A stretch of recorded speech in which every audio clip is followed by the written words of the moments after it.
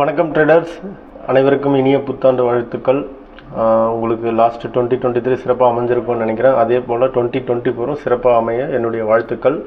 எனக்கு தனிப்பட்ட முறையில் 2023 ஒரு சிறப்பான ஆண்டு தான்.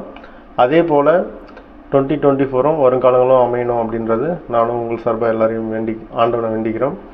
ஸோ இப்போது உங்களுக்கு தெரியும், நம்ம லாஸ்ட்டாக ஒரு எக்ஸ்பைரிக்கு முன்னாடி ஒரு பிரேக் விட்டுருந்தோம்.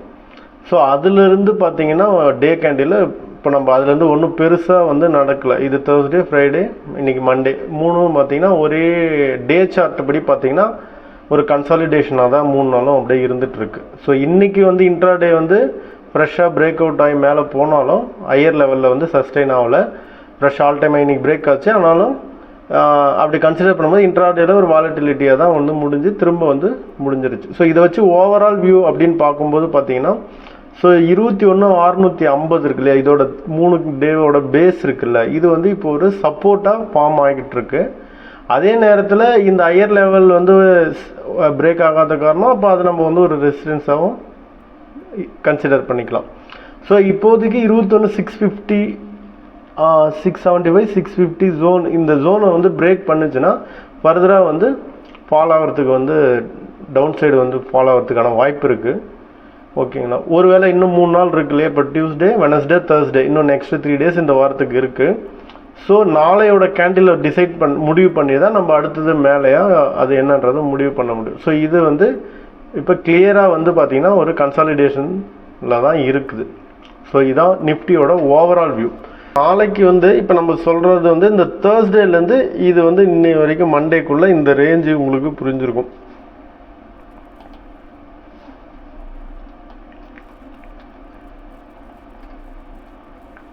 ஸோ இதுதான் ஒரு ஜோன் ஃபார்ம் ஆகிட்டுருக்கு தேர்ஸ்டேலேருந்து 3 நாளாக இது 30 மினிட்ஸ் டைம் ஃப்ரேமில் சொல்கிறேன்.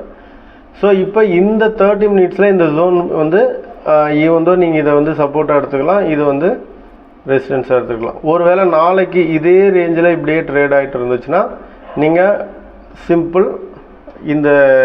சிம்பிளாக நான் சொல்கிறதுனா இந்த ஐ லோக்குள்ளே ட்ரேட் ஆகிட்டு இருந்துச்சுன்னா பெட்டர் அவாய்ட் பண்ணுறது தான். ஸோ இந்த ரேஞ்சை பிரேக் ஆனால் தான் ஃபர்தராக இன்ட்ராடேயில் கீழே வரத்துக்கான வாய்ப்பு இருக்குது. ஸோ இதான் ஓவரால் வியூ. பட் இன்ட்ராடேயில் நம்ம 5 மினிட்ஸ் டைம் ஃப்ரேமில் ஆஸ் பர் சிபிஆர் படி நம்ம இன்ட்ராடேயில் நாளைக்கு என்ன நடக்குதுன்றதை ரியல் மார்க்கெட்டில் நம்ம முடிஞ்ச அளவுக்கு குரூப்பில் அப்டேட் பண்ணலாம். பட்டு ஓவரால் வியூ ஒரு வேளை ட்ரேட் ஆகிட்டு இருந்துச்சுன்னா நம்ம நெக்ஸ்ட்டு இப்போ 3 டேஸ் ஆகிடுச்சு, இன்னும் 3 டேஸ் ஆனாலும் நம்ம இதில் ஒன்றும் பண்ணுறதுக்கு இல்லை. ஸோ இதுதான் ஸோ இந்த ஜோனை நீங்கள் மைண்ட் பண்ணிக்கோங்க, அதை மார்க் பண்ணிவிட்டு அதுக்குள்ளே இருக்கா தாண்டி இருக்கான்றதை பார்த்துக்குங்க. ஸோ மறக்காமல் இந்த வீடியோவை லைக் பண்ணுங்கள், கமெண்ட் பண்ணுங்கள். இன்றைக்கி மார்னிங் குரூப்பில் அப்டேட் பண்ண சப்போர்ட் அண்ட் ரெசிஸ்டன்ஸ் என்ன அப்படின்னா, ஸோ 21,765. ஸோ இது ரெசிஸ்டன்ஸ். ஓகேங்களா. ஸோ அதுக்கு மேலே இன்னையோட ரெசிஸ்டன்ஸ் இருக்குது. இது ப்ரீவியஸ் டே சிபிஆர், இது ரெசிஸ்டன்ஸ், இது சப்போர்ட் அப்படின்ற போது சொல்லியிருந்தோம். 21,685 சப்போர்ட் அப்படின்னு சொல்லிட்டு. ஸோ மார்க்கெட் எக்ஸாக்டாக அந்த சப்போர்ட்டில் எடுத்து டுவர்ட்ஸ் இதுக்குள்ளேயே ட்ரேட் ஆகிட்டு இருந்தது. இது உங்களுக்கு ஆல்மோஸ்ட் 2 o'clock வரைக்கும் இந்த ரேஞ்சில் தான் ட்ரேட் ஆகிட்டு இருந்தது. ஸோ நம்ம அதுக்கு மார்னிங்கே என்னென்னா, இது பிரேக் ஆனால் தான் அடுத்து ஃபர்தராக டவுனு, இல்லை இதுக்குள்ளே தான் ட்ரேட் ஆகிறதுக்கான வாய்ப்பு இருக்குது அப்படின்ற மாதிரி சொல்லியிருந்தோம்.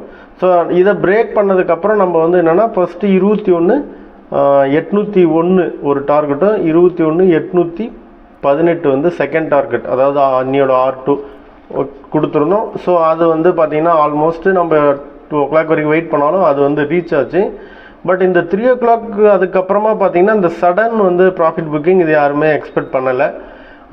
நம்ம லெவல் படி முடிச்சிருந்தா மோஸ்ட் ஆஃப் தம் நீங்கள் ஒன்றுமே பிரச்சனை இல்லை. பட் இருந்தாலும் இது எதுக்கு நான் சொல்ல வரேன்னா, இது மாதிரி ஹையர் லெவலில் சஸ்டெயின் ஆகாமல் ப்ராஃபிட் புக்கிங் இது மாதிரி எல்லாமே வழக்கமாக நடக்கிறதா. அதனால தான் சொல்கிறது, ஸ்டாப் லாஸ் தான் நம்மளை காப்பாற்றும். ஸோ இந்த மாதிரி நிறைய டைம் உங்களுக்கு ஏற்பட்டிருக்கும். இந்த அனுபவம் ஒன்றும் புதுசு கிடையாது. ஸோ அதனால் ஸ்டாப் லாஸ் போட்டு க்ளீனாக ஒருவேளை லாங்கில் ஸ்டில் இருந்தவங்க இதன்படி தப்பிச்சிருக்கலாம். ஸோ இதை ஒரு மறுபடியும் இல்லை ஏதாவது தப்பு பண்ணி மாட்டியிருந்தால் இதை ஒரு பாடமாக எடுத்துக்கிட்டுங்க. அடுத்து வர நாட்களில் நீங்கள் இந்த ஸ்டாப் லாஸை கண்டிப்பாக மெயின்டைன் பண்ணுங்கள்.